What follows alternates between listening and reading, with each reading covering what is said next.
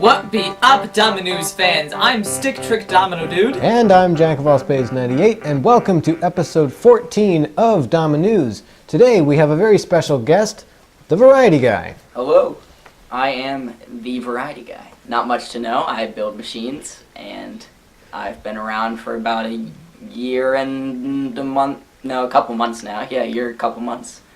And yeah, that's about it. Okay, so what we're planning on talking about today in this episode of DomiNews is addressing the concept of how he has gotten good so quickly. Now, what I've noticed about the Variety Guy's machines is that the first one was pretty good. Second one was pretty good. Third one was really good. And then the fourth one just blew me away. So that's 4 machines that he has built so far, and I assume you're working on more stuff. Yep.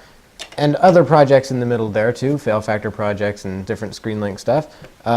Basically, after 4 machines, he's already at the skill level of someone who has maybe built 12, 13, 14, 15 machines. And No, I would have to say more, honestly. more than that. Yeah, Much might, more. Yeah, you're probably right, actually. Yeah, I would say more now that I think about it. And what's more Thank you. Yeah. is that not only are his machines good, but he has also kind of developed his own style at this point too. A lot of other people after 4 machines, they might kind of be good, they might have some cool tricks in them, but you don't see a certain style coming through.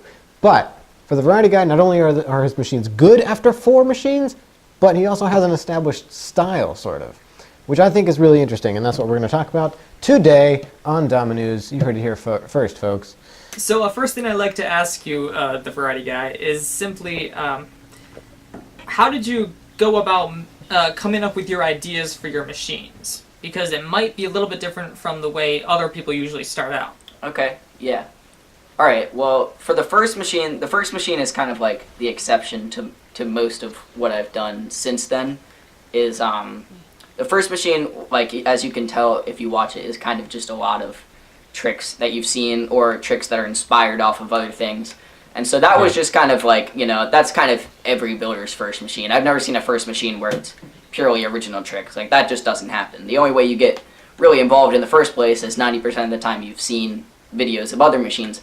So the first machine is kind of that exception. But then moving on from that, I didn't want to be just, copying other projects all the time, because, that's something that people do, and I'm sure I've done it multiple times, but that's something I try not to do. And so that was just kind of one of the main moving factors, is just try to be original. Like, it's going to be much more interesting if you're doing something original, but at the same time, honestly, there wasn't that much thought process behind it. It was just kind of like, I'm going to build another machine now. I didn't think necessarily like, let me think of some original ideas. But as far as how my ideas come about, like you were saying, it's more of like my style with building, where my ideas, a lot of it is experimenting or accident, which is sometimes that creates really cool tricks, and some of my best tricks are discovered on accident. That's honestly one of the main ways. There's very few times where just an idea pops into my head. I'm like, oh, I'm just going to build that, and that'll be a cool trick. A lot of times it's just like putting something on the table that I have an original basic idea for, experimenting with it. Accidents with that are great, and yeah, that's probably how it happens, really. That sums it up. I imagine that the fact that you have very different materials than a lot of other people also helps with that too. That also. One thing I'm going to mention as we continue this episode is the fact that you use a lot of large objects. So I'm just going to take the last machine, the Machine Wars. Part of the reason was because it was meant to be destructive, but part of it is actually your style. Basketballs, large wooden planks. Hair dryers launching things across the room. Large tricks and large objects are part of your style. So I guess using very different materials than a lot of other people can help kind of come up with ideas too. That was probably a big thing with the first machine, especially, is when I was doing the first machine, I had 0 Hot Wheels tracks. The only dominoes I had were like really bad wooden ones. And so a lot of it was just like what I had in my garage. Like 90% of that stuff in the machine is just stuff around my garage. And I continue to do that, as a lot of the materials I find is just like stuff around my garage. I'm like, that moves, I can use it.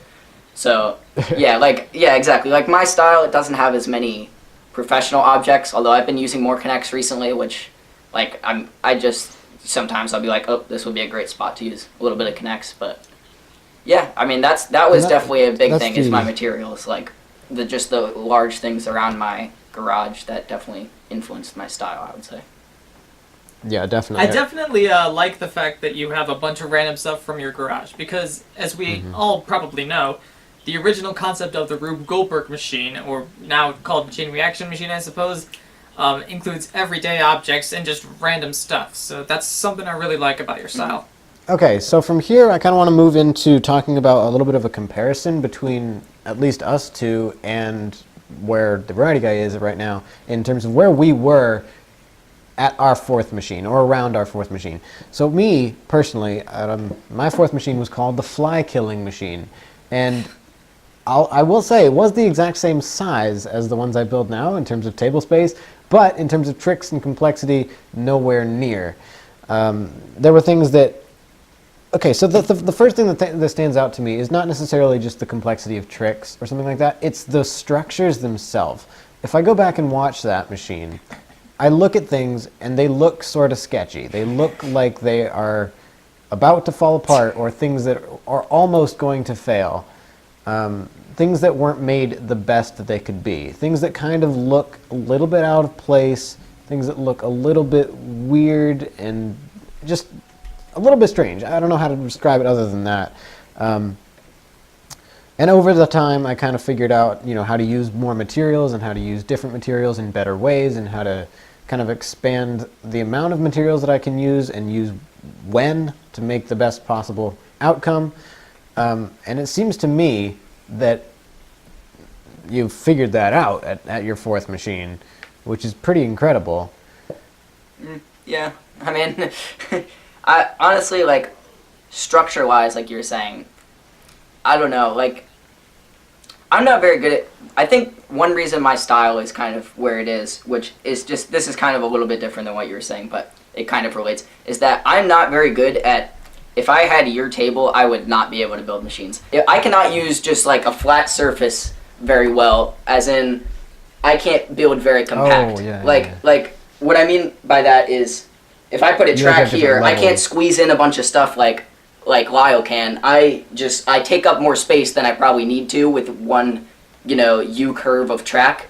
So what happens is then I run out of room and I build up. And that's kind of why my style is, like, so big, is I'm not very good at using the space I have in front of me, like, in a compact manner. So I end up building just straight up with tables and chairs and towers and stuff. The style of building vertically is something that I don't really do, but it's definitely something that I admire in a lot of people, and it's pretty incredible, honestly. Yeah. And that's a style thing.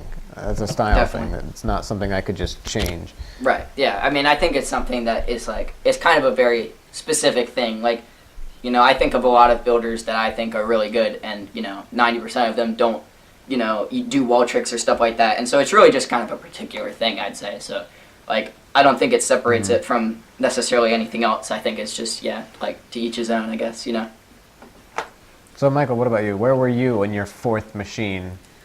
Oh boy, why are you making me remember all this stuff? So, I think, like the Variety Guy here, I started building machines around the same time that I started YouTube. So I did build a couple machines that were off camera, but those were absolutely awful, mainly because they were built on the floor, by the way. Ooh. That's just not a good idea for anyone out there. Sorry, Tatron. But, yeah, my first my first 9 machines all had the same issues with them. So early on in my YouTube career, I had virtually nothing to build with. So I had just maybe 6 to 7 Hot Wheels tracks that were all pretty short. I didn't use Connects much. I had a little bit of blocks and a bunch of wooden dominoes. So I was able to sort of work with that, but I never was able to do something completely crazy. when I tried to come up with ideas, I always had to look at someone else's machine, and that's actually a problem I have right now. I'm not great at coming up with ideas.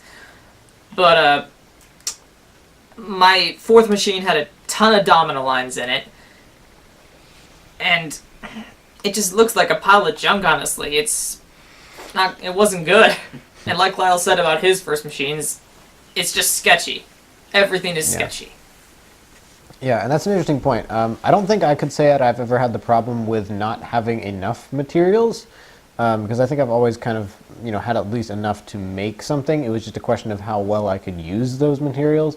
And part of what really defines my style, I think, and it's sort of not as obvious as you might think, is that a lot of why I'm able to make stuff so compact is because I've developed such an intimate relationship with how everything goes together.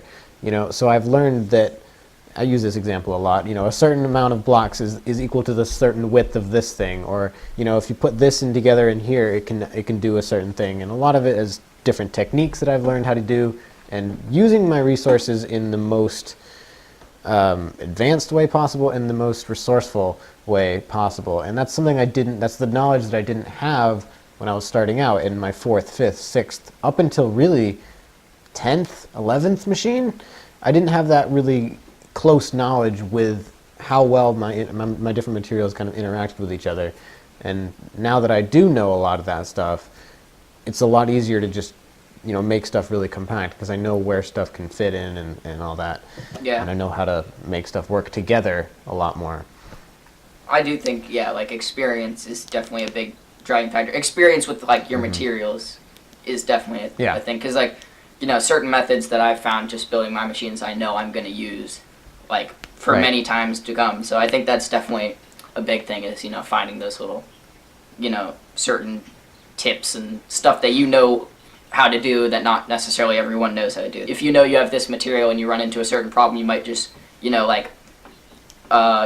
builder A might be like, oh, I know exactly how to do that because I have this material, and builder B might spend a couple of days trying to figure out how to solve one thing. And I think that's definitely like materials is the most important thing in defining a style, not necessarily how compact you get the materials or like things like that. As materials themselves are like that that motivate that, I would say.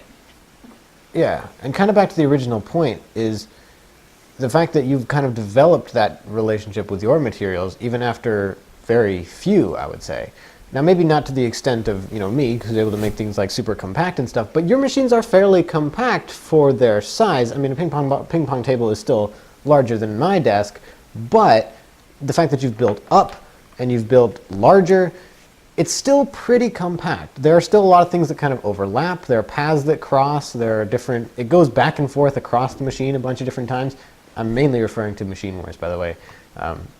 That one, crossed paths a bunch of times. Yeah. So there is kind of a compactness there, even if it's not in the same sense.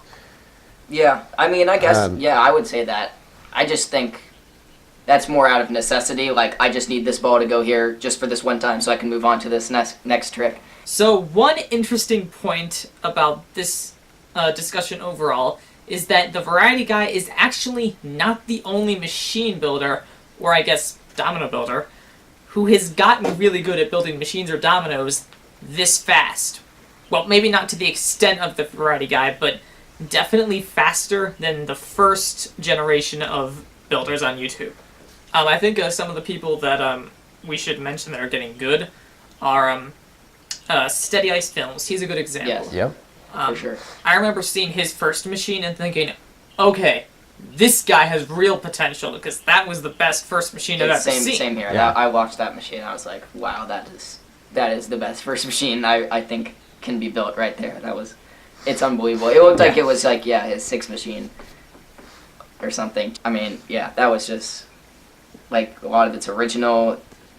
It's And that was long, what stood out to me works the one most. take. Yeah. Yeah, that was what stood out to me the most, is the fact that it was original and all the tricks were something that was, new and interesting, and they weren't just new because of the materials. They were new. They were things that I could make with my materials that I just didn't think of. That was what really impressed me. Yep. Another builder that I think has sort of gotten good recently after taking a short-ish break of building, CWD reactions counts, right? Totally. Yeah, I would say so. I would say so. I mean, I'm talking about mainly the video with spicing it up. That was the first video that I saw true skill from him. Yeah. I was featured on a guest on Domino Critic, and I got CWD reactions, and one of my criticisms for him was for machines to come up with your own tricks. And that was the most vague kind of criticism that you could possibly give to someone. That's true. And that was kind of the point. I mentioned that. I'm like, I can't help you any more than that. But after that point, you just did. You just did that. And I was just super impressed that after that point, and I don't want to take full credit for this because obviously he did an amazing job, but after that point, I just saw this drastic increase with originality and new tricks and creative tricks and all sorts of really awesome machines.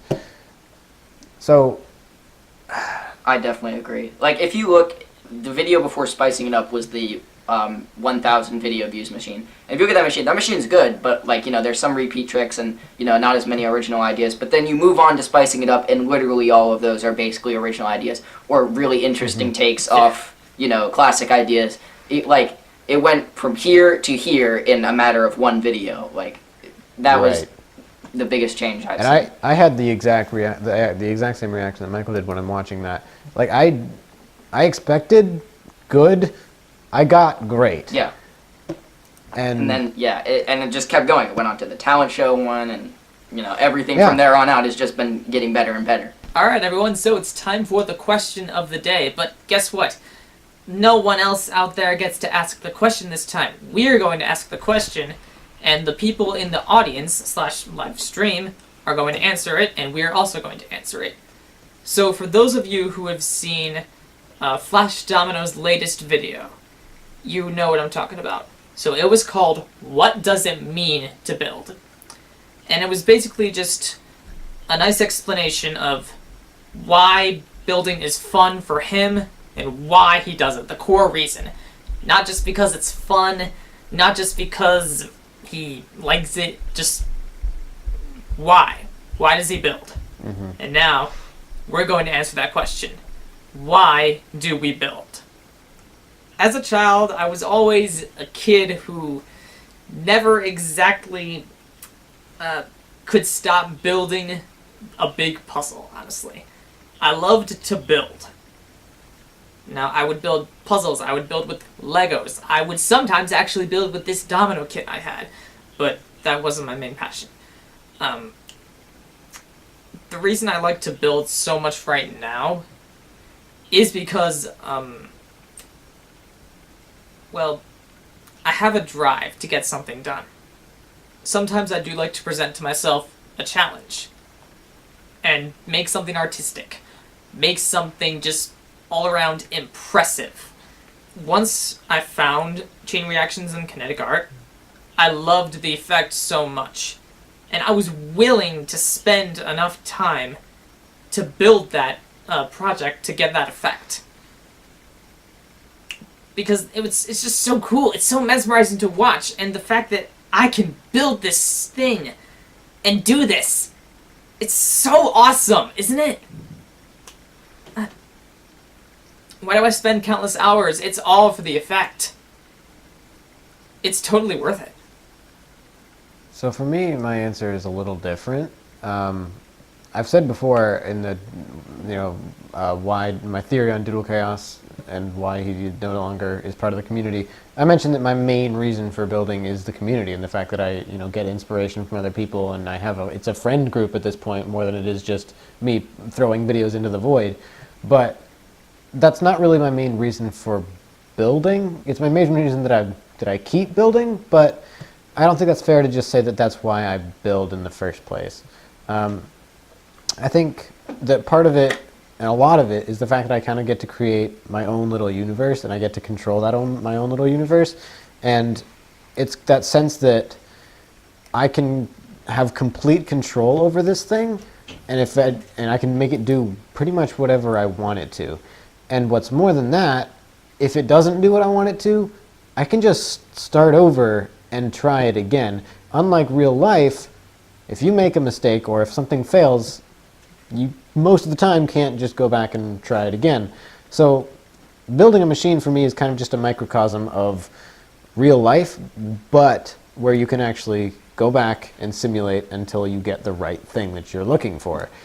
And it's, to me, that's probably why I build. I like to create these intricate and just entertaining, hopefully, little machines that just do basically nothing, just because it's kind of a microcosm of real life that I can control. It's an area of life that I can control with creativity and innovation, engineering, design, stuff like that. So that's probably my reason. And part of it for me, I think, going along with what I already said, is there is that aspect of entertainment. There is that aspect of wanting to make something that looks aesthetically pleasing or is super unexpected or is more complicated than someone thought or, you know, surprises someone in some way. That's kind of what I always want to do. It's time for some shameless promotion. Let's get those views. Go watch What is a Chain Reaction Machine from yours truly. No, I'm just kidding. But honestly... But seriously, do that. No, actually, yeah, do watch that video. It's called What is a Chain Reaction Machine by The Variety Guy. It's, how long is it? It's like 9 minutes. Something like that. It's 9 minutes long, and it's a great video, so just watch it. It's like a Draw My Life, except better. Yeah, I mean, honestly, I summed it up as best as I could for me in that video. So, I mean, I probably can't say it better here than I tried to say it there. But, like, honestly, I think just all the aspects of machines I liked as a kid, and it's just kind of like all of these aspects come into one. Like, I like designing things and creating things, and that's demonstrated, and I like puzzles. Like, I used to always do puzzles when I was a kid, just like Michael was saying. And it's like, it's kind of like a bunch of those aspects just mixed into one for me. And honestly, like, the community is a part of that, but I think at the same time, most of it for me is like, you know, it's fun. I enjoy the physics and just kind of experimenting with it. And, you know, the engineering, it's kind of, it's problem solving, but it's also like, when you solve the problem, you get to just watch something really cool real quick. And I think it's just kind of a combination of all those things for me. But, I mean, I probably can't say it better now just off the top of my head as, yeah, like, I would go watch that video if you really want to know. Alright, so everyone, thank you for watching. If you liked the video, be sure to give it a thumbs up and also subscribe because DomiNews comes out every month, or maybe even more. So be sure to subscribe to The Variety Guy. The link to his channel is at the end of this video in a card or in the description. By the way, I love using the new end screen feature of YouTube. Good job, YouTube. I honestly do not, and I will touch on that later in a new video. Okay, since we are the cool kids and we like to use the end screen features, we're going to put a link to The Variety Guy's channel at the end of this video in the last 20 seconds. If we ever can wrap this episode up, it might be 5 minutes from now. But we'll put that at the end of the video, so you guys please go check out his channel. He needs more subscribers and he needs to make more machines. I will try. Also, be sure to subscribe to Jack of all Spades 98 and myself. Links are down in the description as well. And it's time for finishing words. And today's finishing words actually come from me. But later, but previously in this episode, right now. As a child, I was always a kid. That wraps up DomiNews episode 14. I'm Jack of all Spades 98. I'm StickTrickDominoDude. I'm the Variety Guy. And see you later, DomiNews fans.